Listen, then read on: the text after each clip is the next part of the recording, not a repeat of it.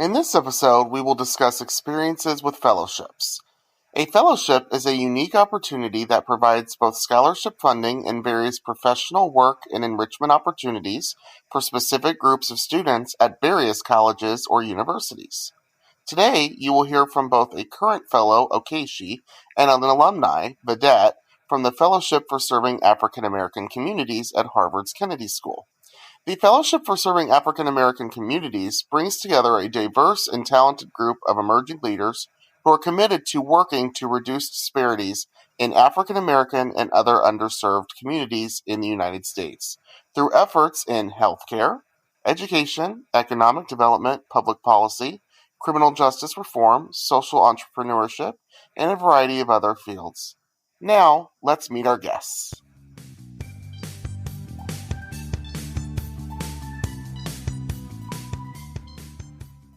Now we begin our discussion about the Fellowship for Serving African American Communities. We'd like to discuss this with a current fellow within this fellowship program, a student named Okechi. Hi, Okechi. How are you doing? Hey, I'm doing well, Cody. Thank you for having me on. It's an absolute pleasure to speak on the podcast. Yeah, of course. Thank you for being here. We greatly appreciate it and can't wait for you to share your experiences with our students. Before we get started on the topic of fellowships, which is what brings us here today, I'd love it if you could tell our audience a little bit more about yourself. So my name is Okechi. I was born in Nigeria.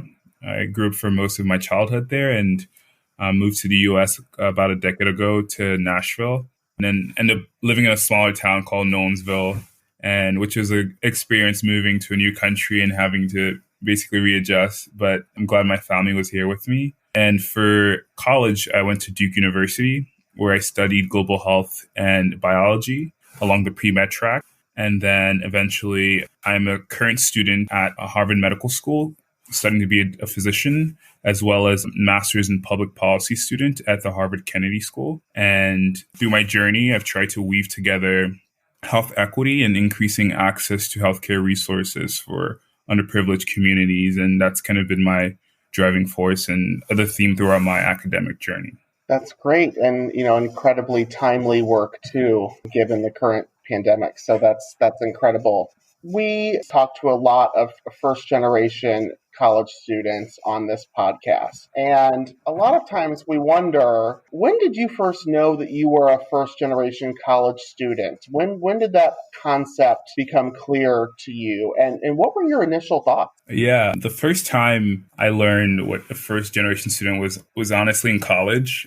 I believe it was my first year. We received an email, and the email was basically welcoming first generation students to campus and basically having a meeting and offering us sort of resources to readjust. And I think my first initial thoughts were, wow, this exists, like this is a concept. And I say that because throughout the college application process, I mean, we had nice guidance counselors at our school, but they weren't equipped to really help me or my family kind of navigate the college application process. So I think a lot of it was just picking schools randomly. A lot of it was kind of throwing together my application. And when I say throwing together, I mean, it was a more thoughtful process. But I think what I didn't understand was that for a lot of students who are not first generation, they have parents or they have relatives who are able to help them navigate the system or to think 3-4 steps ahead. So by first year or sophomore year in high school, they're already kind of mapping out the things they want to do and how they want to get there. And I think that was something that wasn't readily available to me or some of the members in my community. So I think hearing that my first year of college, it made me really think, wow, like this is a community, or this is like a concept that if I had known earlier, honestly would have been a little bit helpful to think through the different barriers that eventually came as I was applying to college, whether it's knowing which colleges exist or knowing how to get funding or XYZ things that would have been helpful in mind. So I think my first reaction was wow, but through that, I was able to find a really great community of people who I think had a very similar background. And, the thought has always been, how can we help people better access the education system, which I think this podcast does a great job of. Yeah, and I think that's such a common, relatable experience. I think many students find out either late high school or once they get to college. So yeah, it had to feel incredibly comforting to know that there was a community out there of people just like you who experience things similar to you. Okay, so as I mentioned, today we're here to talk about fellowship. And you are a fellow at the Fellowship for Serving African American Communities. In your own words, can you define or describe what a fellowship is? Of course. So my definition of a fellowship, I like to think of it as an initiative by either a university, a school, or an organization to really bring together like-minded people or people who are dedicated around a specific cause. So for example, my fellowship is around people who are interested in serving African American communities, but there are also fellowships around business and innovation, fellowships around social entrepreneurship. So I think of it really much as an initiative to bring together people who are passionate about a specific topic or field to really learn and grow together, to have them, through dialogue, through conversations, or even connecting them with alumni to really hone in on this specific field and work towards a goal. And to also, in some instances, provide resources, whether it be financial resources to help them afford school or to afford to be in the program, or resources and connecting them with people or other organizations who can really help them grow both professionally and personally. So I think a fellowship is really an initiative to bring together people to advance a specific goal or a cause. And do you remember when you first learned about what a fellowship was, and what was that experience like? Yeah, so I believe the first fellowship I learned about was right around the end of my senior year of high school. As I mentioned, I wasn't really aware of the different forms of fundings, or I think a lot of more popular ones are like the Coca-Cola Scholarship, the Gates Scholarship, and things like that. And the first, I think, true fellowship I learned about was in high school. I believe it was the University of Washington in St. Louis.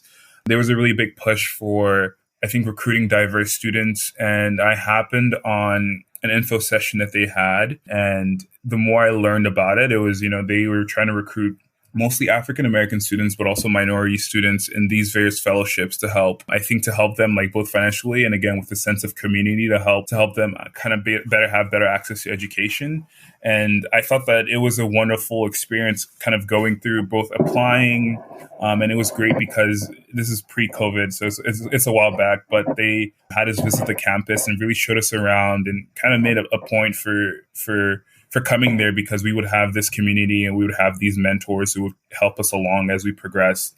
So I didn't end up going to Washington University in St. Louis, but I was still connected with some people who did end up taking that fellowship, and they kind of echoed what the sentiment was at the time, which is that it really helped push them along their career and really helped them kind of form a community there. So I would say late high school was the first time that I learned what a fellowship was.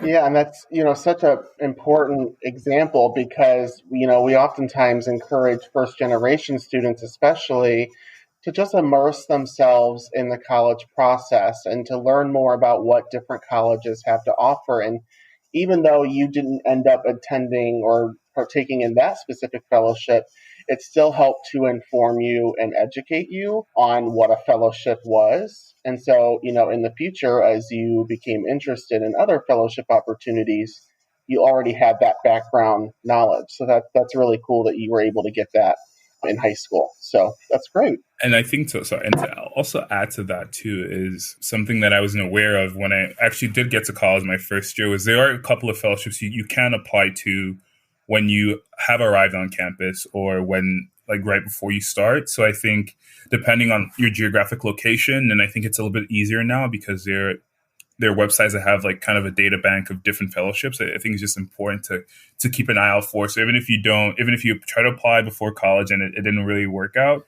or you didn't have the time to, I think something that was not mentioned as explicitly was there are different opportunities as you go along the different stages in college to also apply or consider fellowships as well too. Right. Yeah, exactly. And it's so great to be aware of those things because the one thing we don't want students to do is to miss out on opportunities simply because they weren't aware of them. So that's great. Continuing on, let's talk more about the specifics of fellowships. So again, you are a fellow at the Fellowship for Serving African American Communities. I'm also curious, what motivated you to even apply for the fellowship in the first place? I think my main motivation really stemmed from the fact that through my different experiences working in global health and health access, I really felt that I was passionate about growing in a community of people who also cared a lot about the rights and equality for minority populations, especially for the Black community, not to state it. And so for me, I wanted my time at the Kennedy School to really be surrounded by people who were answering that questions from different perspectives. So be it education, health justice, be it criminal justice. So my initial motivation was like, I want to be in a room with people who are thinking critically and deeply about this. And so that was my first thought. And I think second of all, another motivation was, like, as I mentioned, there's the learning, but there's also the community aspect of it. And I can say that a lot of the people I spoke with who had come before me and who had done the fellowship had that the same resounding message of like great mentorship and a great community. And that really, I think, pushed me even more, because worrying through like, do I deserve to be here? Do I deserve to apply? And kind of toggling back and forth between that, but kind of steadily pushing through was really key. And I think the third and last thing is people. And that's a point that to get across is that we're truly a summation of the people who add into our lives. And I think thinking through this fellowship specifically, I spoke with a great mentor, Dr. Ilham Avakame, who is a resident at Children's National, and just hearing about his experience and him kind of going the extra mile of putting me in contact with other fellows or other people who have gone through the program was really, really helpful. And I think really motivated me when I spoke with those people. They really helped me believe, if you work hard and, put a lot of thought into your application, this is something that could be realistic. So I think motivating factors for me was just, I think, being in that room and learning with passionate people, but also getting a community aspect of it. And truly, it's paving the way for the people who are going to hopefully follow me in this fellowship, because I know the people who came before me put a lot of effort to make sure I had a seat at the table. Awesome. Yeah, and I know that you placed a lot of emphasis on, that motivation with regards to communities and mentorship and people. In terms of applying for the fellowship, did you have anyone that assisted you along the way throughout that process? Yes. So I had, as I mentioned before, I had a great mentor. Again, I'll say his name, Dr. Ilham Avakame, because he's an incredible individual. So I believe it was my first or second year in med school, I had expressed an interest in the program and the fellowship. And I think from that day on, he kind of made it his mission to basically plug me in with people who he felt would help me kind of better understand the application process, as well as, just helping prepare for the interview. And so he put me in contact with a fellow who is kind of who's in the fellowship right now. And, and he was great to kind of talk through different points about, this is the value of the scholarship. This is what, they look for in strong candidates. So I think that was helpful. But I also think I got to say thank you as well to my peers, like some of my classmates who, took the time to help me read through my essays. I think it's something that when you put together a piece about yourself on paper, we tend to see things through our own lens, but it's very helpful when someone else can read your paper, read your essays and say, maybe take this out, maybe add this piece in, or emphasize a little bit more. So I think I truly felt like a community effort of mentors who really made me believe that this is something I could do. But I think also my friends and the people I'm surrounded around who took out the time to make sure that I was able to express my true authentic self in various parts of my application. As well as through the recommendation process as well, too. That's great. Awesome. So continuing on, you mentioned some of these items already, but in what ways specifically do you think your fellowship assisted you with the most? What are some of the key things that you feel like you gained or have gained so far from being a member of the fellowship? Of course. I think the one big thing for me is personal growth. I think that my journey through medical school and even now at the Kennedy School has been, I think, really trying to find my voice. I was speaking with our fellowship director about this, and it's something she challenged me, Okechi Ortiz, is to really think about how I can use my voice to empower others. And I think for me, it's been a time of immense personal growth. And a part of that, again, is being in a room with very passionate people who have various styles of leadership and various styles of the way they advocate for people. And it's just really helped me to think about the elements that make them great communicators and really try to add that to my repertoire and to the work I do. So I think it's personal growth and as well as community. And I think that's a word that has come up a million times and I use a lot, but it truly is an important part of who I am. And it's having a group of people who, when I've had a really long week or, there's something distressing that happened, I can, feel free to speak openly about and really get their feedback and to grow and to be challenged. And the third component is the financial component, which I think is a very important motivation factor. And I think a reason why this fellowship exists is to help students who, like myself, who might have not been able to afford it or who might have been basically not consider themselves to get it, because it does help fund a good portion of our respective degrees at the Harvard Kennedy School. So those are the various aspects of it. But I think the personal growth, at least for me, has been the most transformative part of the fellowship so far. Great. And going back to when you were in that application process, do you remember having an understanding of how competitive that process was? Like, did you know anyone else applying to the fellowship or other fellowships? Yes. So I believe I knew that it was fairly competitive. I don't think there are numbers out there, but it's something that was expressed explicitly on the fellowship's website and even mentioned briefly during the interview. And so I knew that, this is something that I had to really put a lot of thought into. So I was even applying during a time of kind of a personally was a lot going on and even with med school, a lot going on. But it was something that was really stressed to me, is to be very intentional about the time I put into my essays and the time I put into basically packaging the various portions of the fellowship. So it was competitive. But again, I think what helped me along the way was speaking with people who have gone through the fellowship. That was something that I think I had not failed to do in the past, but have not really been intentional about, which is if you're applying for something specifically, it helps to talk to people who have gone through the process and have gotten into the program, because they can give you the various nuanced advice about what you need to do to be a strong candidate, knowing that, everyone, when you walk into the door, everyone has an equal chance of getting it. So even if it doesn't work out, at least you try to tailor your materials or like your application to best fit what that organization believes in. And so I think for me is knowing that I'm very passionate about improving health for Black communities and especially for children. It helped to talk to someone who had basically taken a very similar path to me. And as far as, this is how you think about structuring your essay, and, you'd benefit from getting letters from these kind of people. But I think also just as a reassuring factor that, this is something that I can do, to see someone who looks like you be able to tell you can do this was very powerful for me as well, too.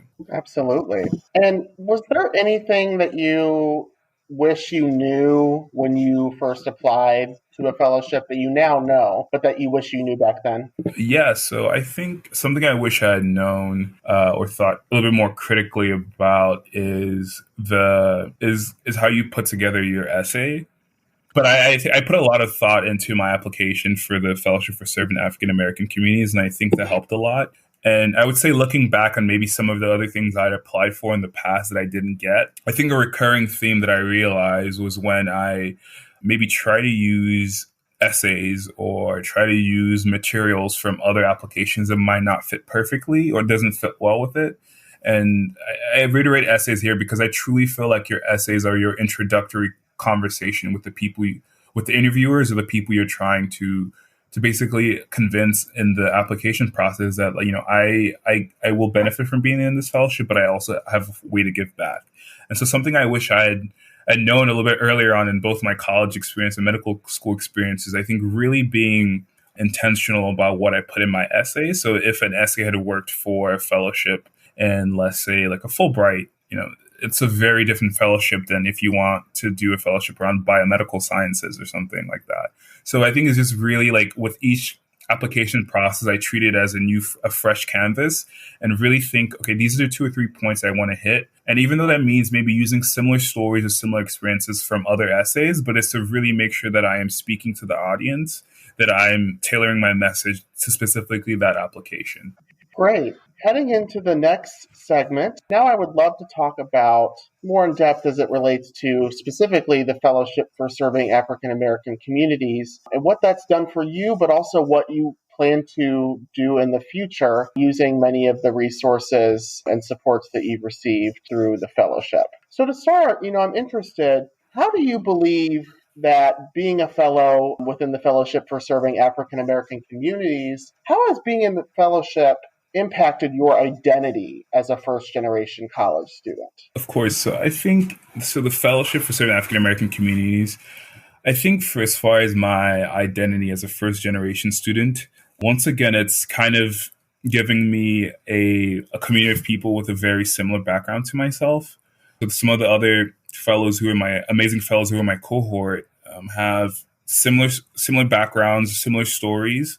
And it's kind of really created an oasis or a place for us to be able to speak freely and to think about how our experiences either through college or through graduate programs or jobs have really influenced who we are and how we can move together as a group and also as individuals. And it's just a realization that for a lot of us who are first generation students, it's not only just college, but when we get to places like medical school or we get to places like the Kennedy School, we're also kind of the first ones in our families to achieve those degrees. So I think some of the challenges that come up during college are also very much reminiscent in other forms of graduate school. And the difference now being that, we have a community and we have ways that we're able to better speak about the challenges we had having access to institutions, I think has been really critical. So I think for me, as far as for my identity as a first generation student, I think the fellowship has really provided a space for me to be able to process some of the challenges and the great parts of being in a graduate program, but also really push me to think about how we can each work together with the different expertise and mindsets that we bring to the table to really advance the goal of basically creating more equality and equity for African American communities. Absolutely.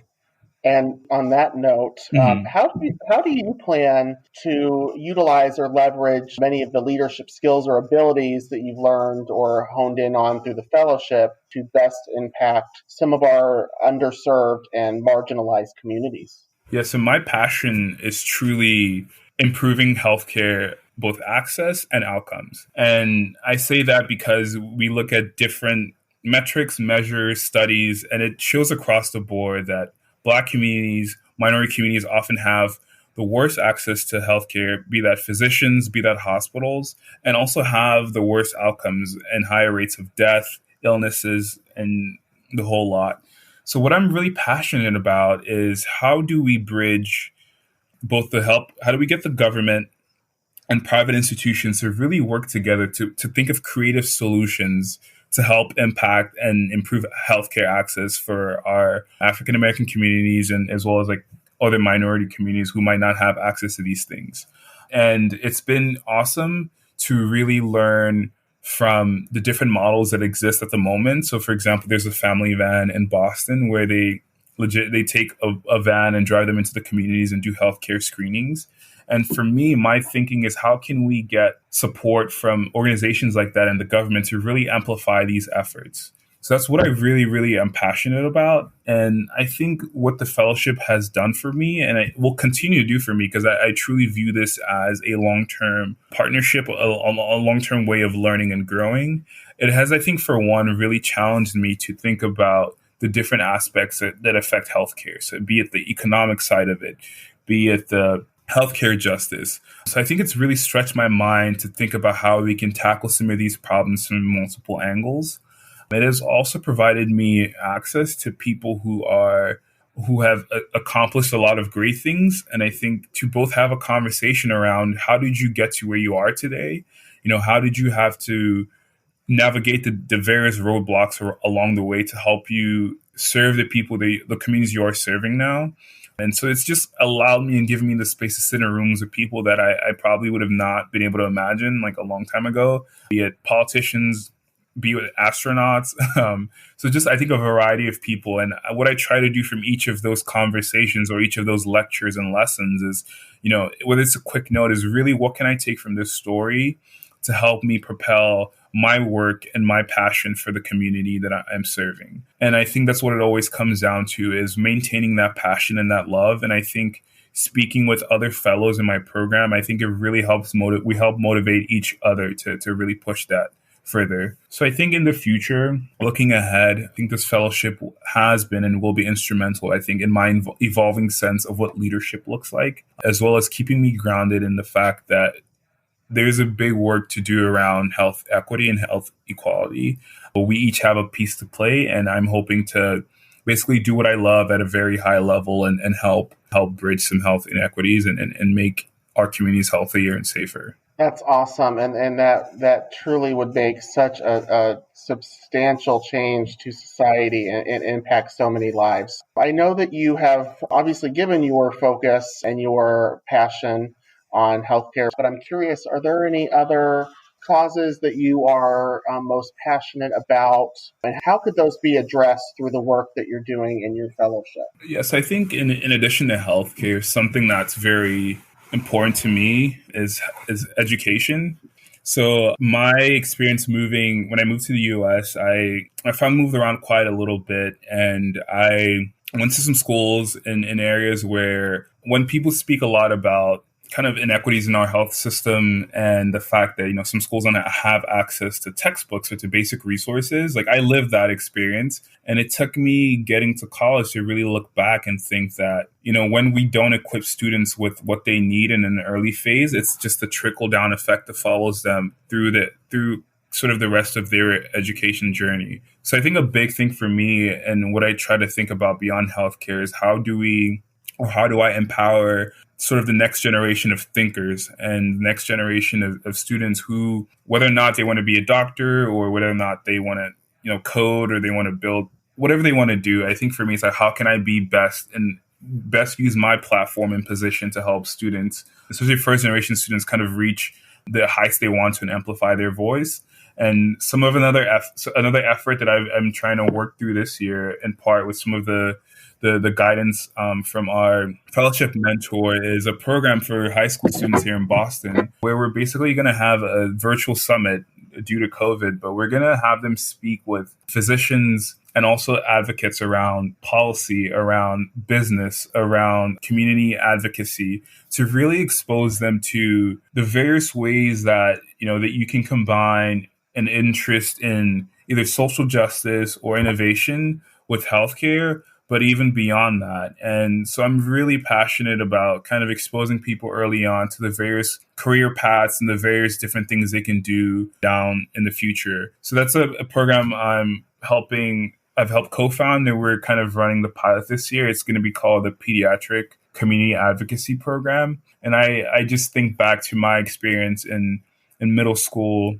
We had a really great teacher we have this program called the Men of Distinction. And basically every couple of months, every month, we'd have speakers who did various different career paths. And I think it was just a way to kind of get us out of the streets, get us into a classroom, and really speak and listen to people who can inspire us to think about a brighter future. And that's something I care very deeply about too. Great. And as we wrap up today's conversation, I would just like to ask a couple more questions. So one being, you will soon be a Harvard graduate. What does that mean to you? Yeah. So I think for one, it's a privilege, because I know that the platform and where I am today is truly a culmination of the efforts of a lot of people, like my parents, my family, but also mentors as well too.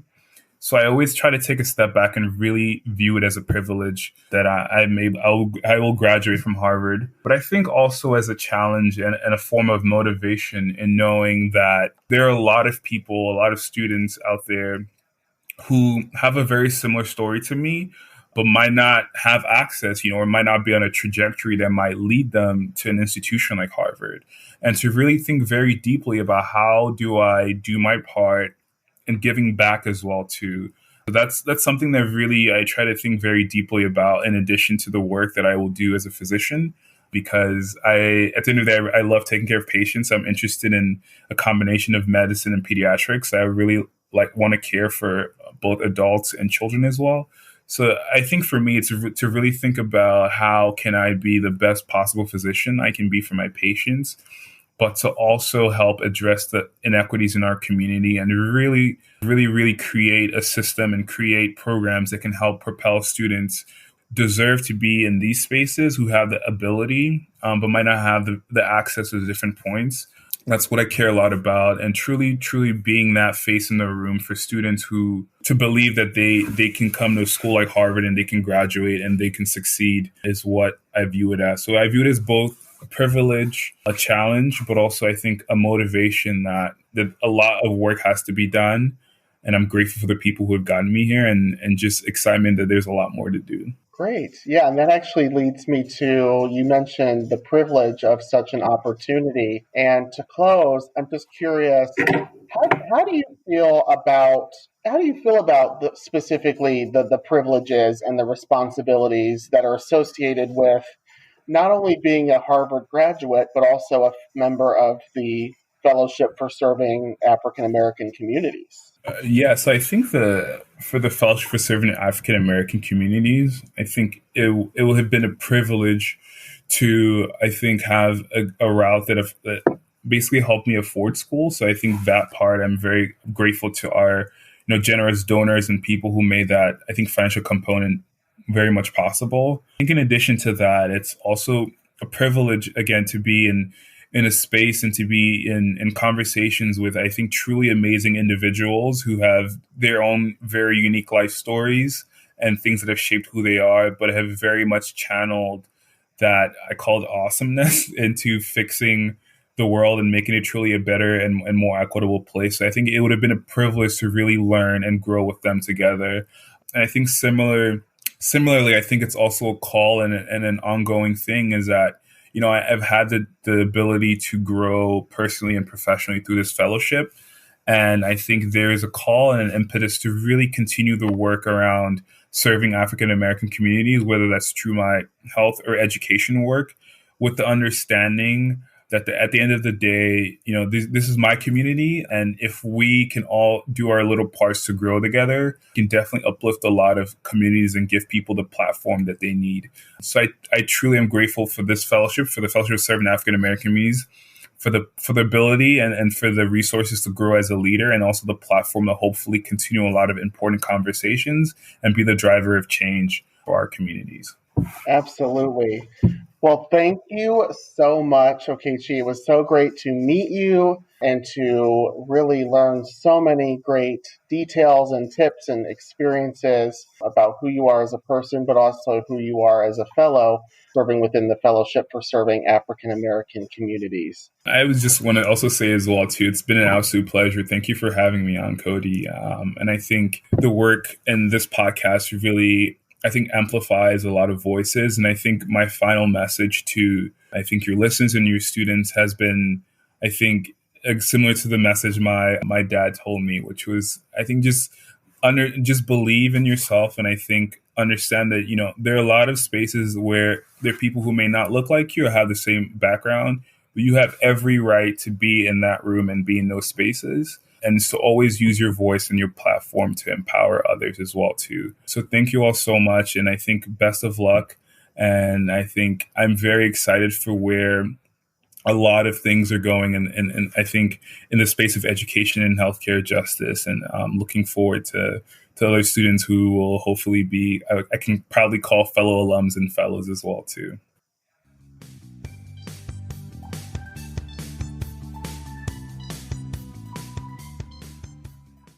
We continue our discussion on fellowships with the alumni of the Fellowships for Serving African American Communities, Ms. Vedette Gavin. Hi, Vedette. How are you doing today? Hey, Cody. I'm great. How are you? Good, thank you. Thank you so much for being here today and for being on our podcast. Oh, I'm very excited to be here with you. Well, Vanette, we're really excited for you to share your experience. The topic for this episode is all about fellowships. But to get started, before we go there, I'd love to have you introduce yourself to our audience. Sure. Well, I am daughter of the Midwest from Columbus, Ohio. I'm born and raised, a proud member of Buckeye Nation. I grew up in a neighborhood on the east side of the city. I'm the daughter of an artist, and that's my father, and a kind of sciencey person, which is my mom. And so I grew up doing a lot of community service. Both of my parents were really politically active, and both of their parents were very involved in churches, being evangelists, deacons, ministers. And so we spent a lot of time in our neighborhood, which was one of the neighborhoods that you find in every city across the US, which is like the old historic African-American neighborhood that had a freeway built through it and wasn't invested in for 60, 80 years, right? And so you've got schools that are older, you've got playgrounds that you really can't use on that side of town. And so we did a lot of organizing there to create the things in the community that we frankly didn't have, to create the sporting leagues, to create the food programs, to create the Head Start programs where kids could go during the day, the meal programs. And so I grew up doing a lot of that and developed an interest because of the balance of science and art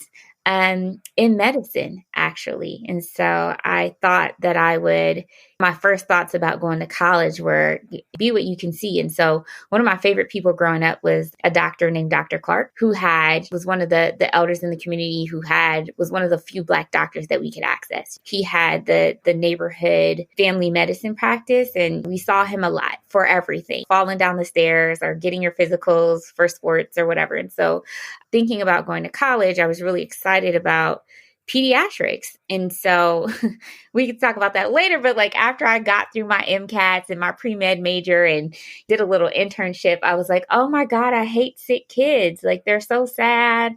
I used to cry all the time. I did a stint in the NICU, and I was just always like, oh, these poor babies, always just weeping.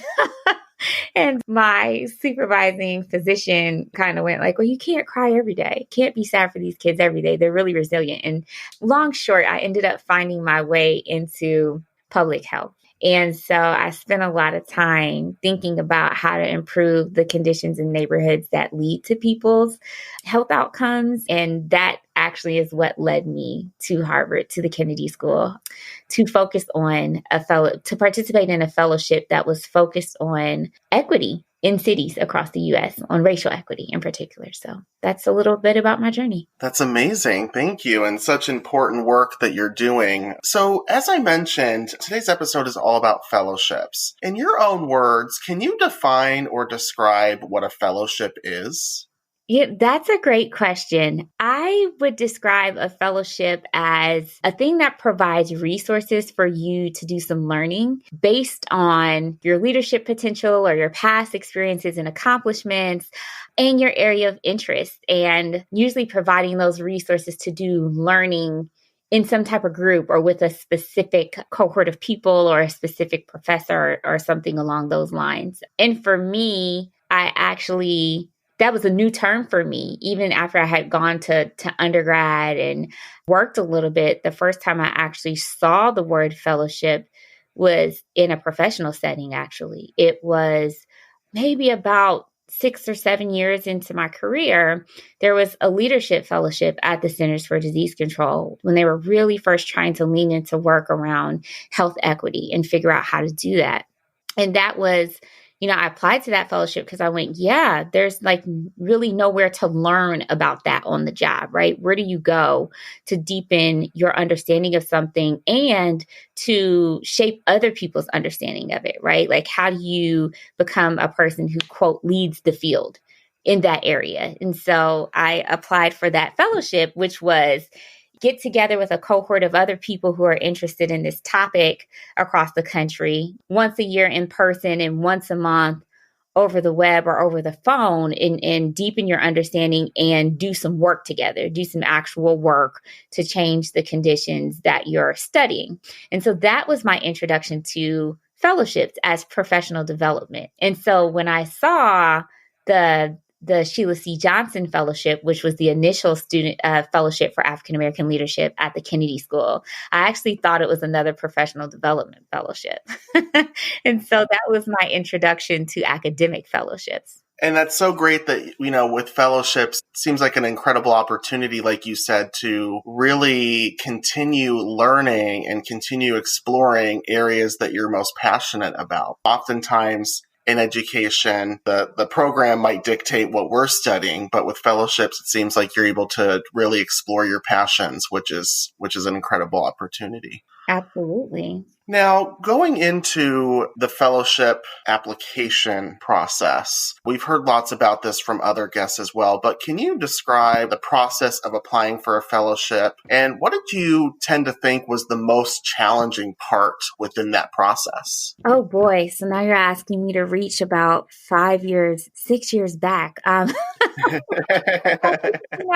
I guess I'll remember the parts that really stuck out to me the most. I remember a significant piece of it is thinking about, so you've got your recommendations, you've got your personal statement, and then you've got the actual application to your academic program. And for me, the two biggest things are like, since a fellowship is really about your interests, who you are, what you've been through, your strengths, what you bring to the table, it's really about figuring out who you're trying to introduce yourself as. What is the story you're trying to tell about yourself? And your recommendations and your personal statement all contribute to that. And so I remember really thinking, okay, well, what will they think is interesting about me? What might other people be writing about? And usually the prompts are like, tell us about a time when something horrible has happened and you've been an excellent leader, or tell us about some story that I think as first-gen students, and particularly minority first-gen students, we have the stories that we're used to telling about the struggles in our lives that we know inspire other people. And sometimes we get really, really good at telling those stories. Oh, I could tell a story about how we didn't really have heat or air conditioning in my school. And so we used to have to wear coats to class and do all of that, right? I could talk about how bad the educational system was and how I rose against adversity when my academic advisor told me I should think about community college instead of going to college, right? But then it's like, well, is that the story I tell myself about myself, though? Is that who I feel that I am? And is that where I'm going, right? And so for me, I think it was really figuring out, well, like, who are you and who do you want to introduce yourself as? And so how do you select those people? And for me, our fellowship was focused on disparities. It was asking for leaders who wanted to rise to meet the call for thinking about how we make cities more equitable, how we address disparities in urban centers across the country. And for me, I thought there was no one better to provide recommendations than some of the community members that I've worked with, right? Some of the public servants who I thought were incredibly transformational and impactful that I've worked for. And thinking about that and talking about in my essay about the things that I thought could be changed or different, right? And how having the chance to spend time with a group of fellows who were all interested in this might help me get there. And so I think that was the most arduous part and the most significant part of applying for the fellowship. That's great. And did anyone in your life or in your network help you or assist you along the way as you applied for and pursued this fellowship opportunity? I'm laughing to myself because I think another hallmark experience now that comes to mind of the fellowship application process was the interview. And so I was the first class, the first year of this fellowship. And so they were still trying to figure out, what are we looking for? And this is the first time they had brought applicants together to interview for the fellowship. And so my confirmation that I was a finalist actually got lost in my email. It got blocked. And so I didn't even know that I got accepted. And then the director kind of said, we haven't heard back from this person. That's strange. I'm going to call her. And I was driving down the freeway one day and I got the call and I had to pull over and I was like, oh my goodness, no way. I thought it was a long shot that I might get accepted to the school, but I'm actually a finalist for this fellowship. This is incredible. why would they pick me? And then all the feelings of imposter syndrome like settle in, and they go, well, we'll need you to come here in person and you're going to interview with a panel. What they didn't tell us was that we would be in the waiting room with one another, with everyone else who had applied for the fellowship and was interviewing. And then we would all go to lunch together and sit around tables with the faculty who we had just tried to impress. And we jokingly now, that first class of fellows, we call it the Hunger Games. Like we really felt like we were being trained together and being like having some sense of camaraderie, then also going like, I think I can pick that one off. And I think I can take him. I think I can take her. Right. And so that experience, like just seeing the caliber of talent in the room. I remember I had the opportunity at that lunch to meet one of my public health sheroes. And I was like, I'm competing against her. This is incredible. And so I think I say all that to say it was at that lunch talking to some of the other applicants that I realized it was like I was seeing into another universe that I was unaware of. I realized that most people in that room, 90% of the people in that room already knew somebody at Harvard, already had a relative come through the university, knew somebody at Yale, had already done an overnight. And I was going, oh my gosh, like I am completely an imposter. How do all these people already have friends from Harvard? And like, oh yeah, my cousin's at Yale on this fellowship. And, I went to Cornell and I did this, and here I am coming from a state school going, there's no way. I left that lunch being absolutely certain there was no way that I was going to be picked because I felt like they all had the competitive advantage. Like I didn't know anyone who went to any type of Ivy League school, let alone who had brought me in and introduced me to a dean or a professor who had taken a liking to me, right? And so I saw like the deep strategy and the deep networks that were present for most of the people who are applying. And I felt really on the outside of that. So I think that's one thing that I learned about how people got assistance for applying for the fellowship. But for me personally, I really talked to my family. Like I talked to the people who I felt like could support me when I had moments of doubt to say like, I don't know if this is a good story. Like read it. What do you think? I just used the resources that I had, which were not the traditional Ivy League resources, but they served me well. That's amazing that you were able to have those experiences and that you were selected. And you've touched on a few of these already, but what do you think are some of the biggest ways that this fellowship assisted you? A lot of times people think the monetary value is the lone benefit, but with fellowships, it's so much more. What do you think helped you the most? The monetary value is huge, right? You can't understate that. But I do think for me, as a first generation, college person, even though this was my graduate degree, right? It was my first delve into the Ivy League space. Having kind of a squad, right? Who you could not be afraid to have imposter moments with, right? So when you come up against something and you're like, I don't know what this is. How does everyone else know what this is? What do I do? You can ask that crew of people. I think the other piece is just, that's where I got my roommates. That's how I figured out my housing. That's how we oriented ourselves to the Kennedy School, having that time to really build relationships within our fellowship group and across other fellows. It's almost like the summer program that leads up to real school, if you will. Like it gives you a footing, it gives you a network, it gives you a place to go when you have questions. I think if I didn't have that and I just came in on day one of orientation and had to figure out, well, I don't even have an advisor yet. So who do I go to, right? And how do I build a relationship with that person such that I can talk about things that are deeply personal? I can talk about the things that I want to learn.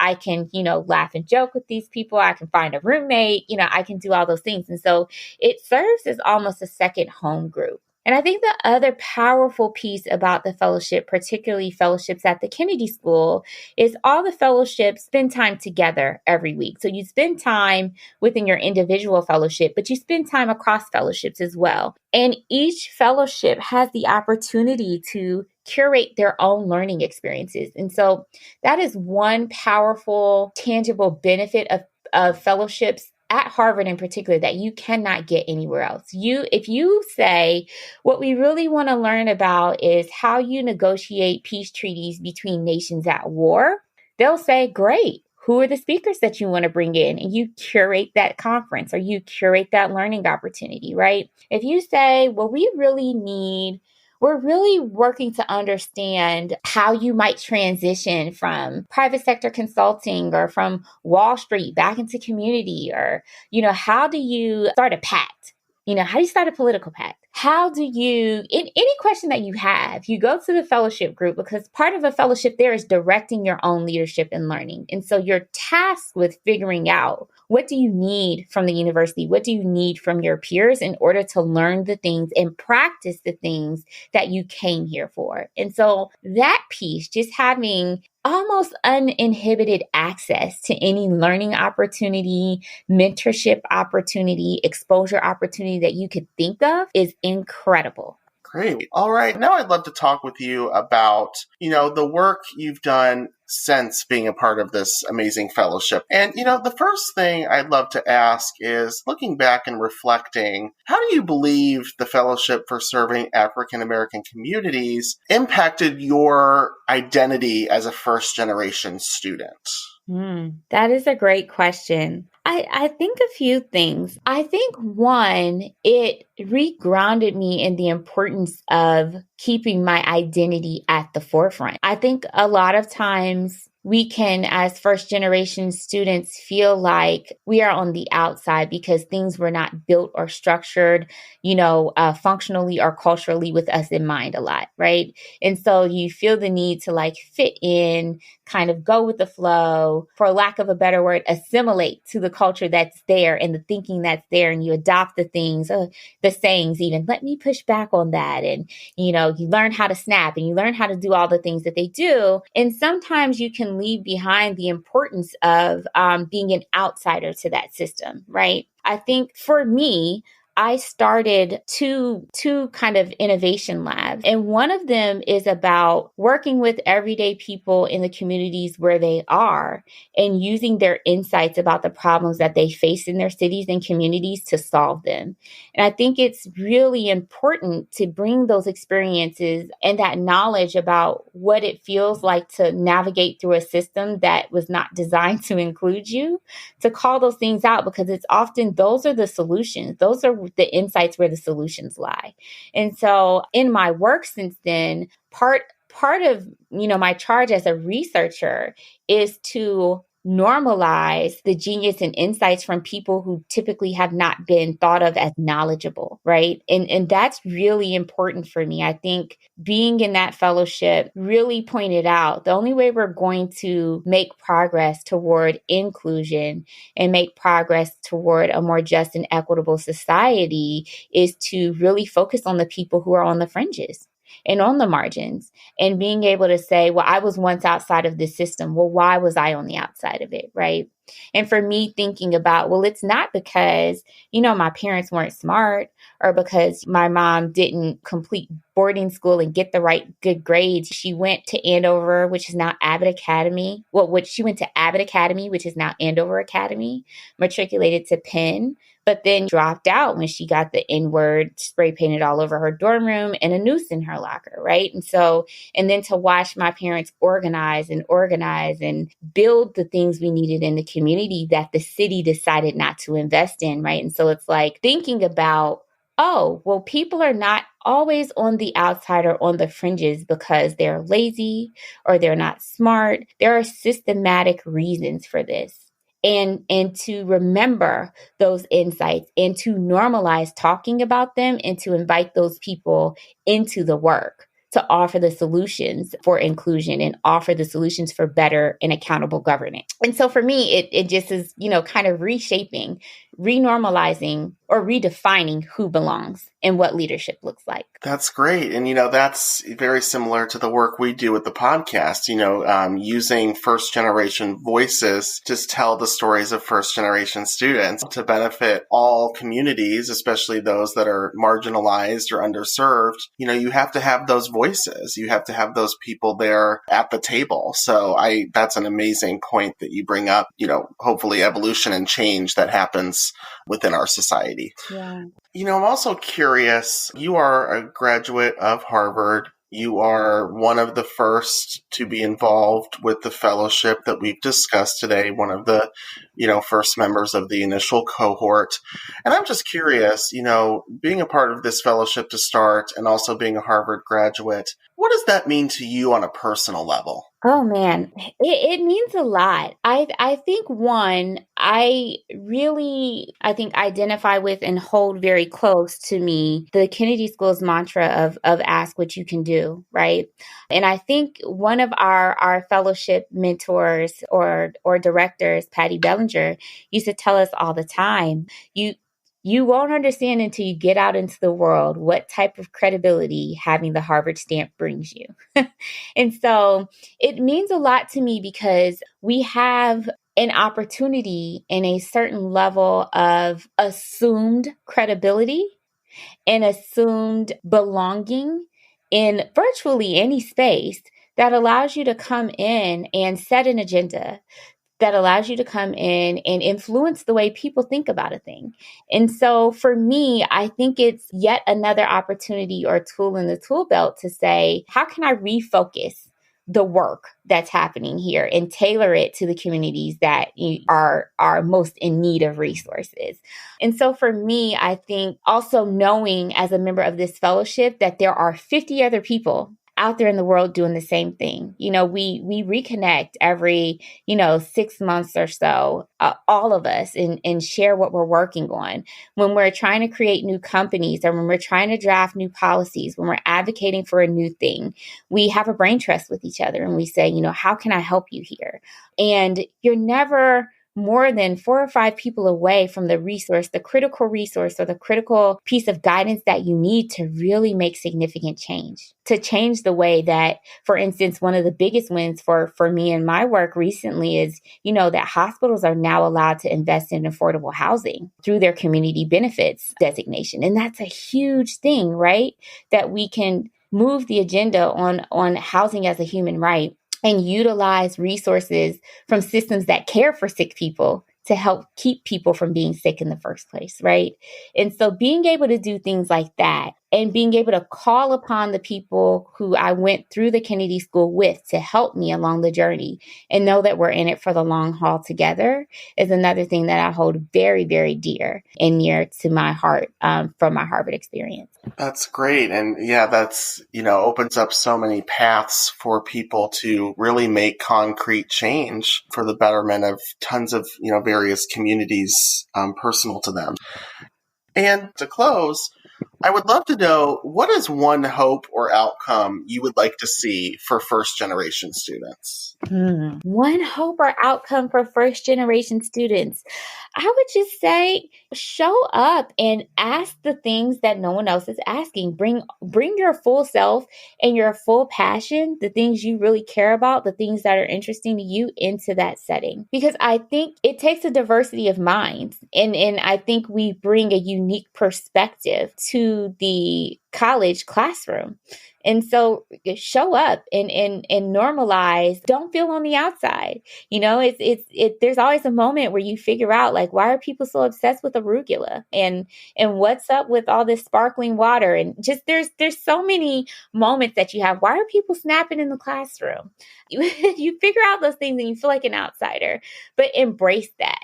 And really figure out, like, what matters to you and how can you introduce that to others, because they come from where they come from and they've inherited certain types of knowledge and social capital, but so have we. We've inherited certain types of knowledge and social capital that just haven't been present in those spaces. So bring that information into those spaces, bring that knowledge, bring that curiosity into those spaces and reshape those spaces so that those who come after you will feel like they belong when they show up. Amazing, amazing advice, and so relatable for so many of the students that I know that we have listening and the students that I work with. So thank you so much, Vidette, for sharing that. And thank you so much for being here today and sharing your story. It was incredible. You shared so much insight, and we appreciate you being here today. Thank you again for having me. I'm so excited to have this community and this podcast. And thank you for all you're doing. Of course. And thank you. And your insight will certainly help the next generation of first generation students know how to college. Awesome.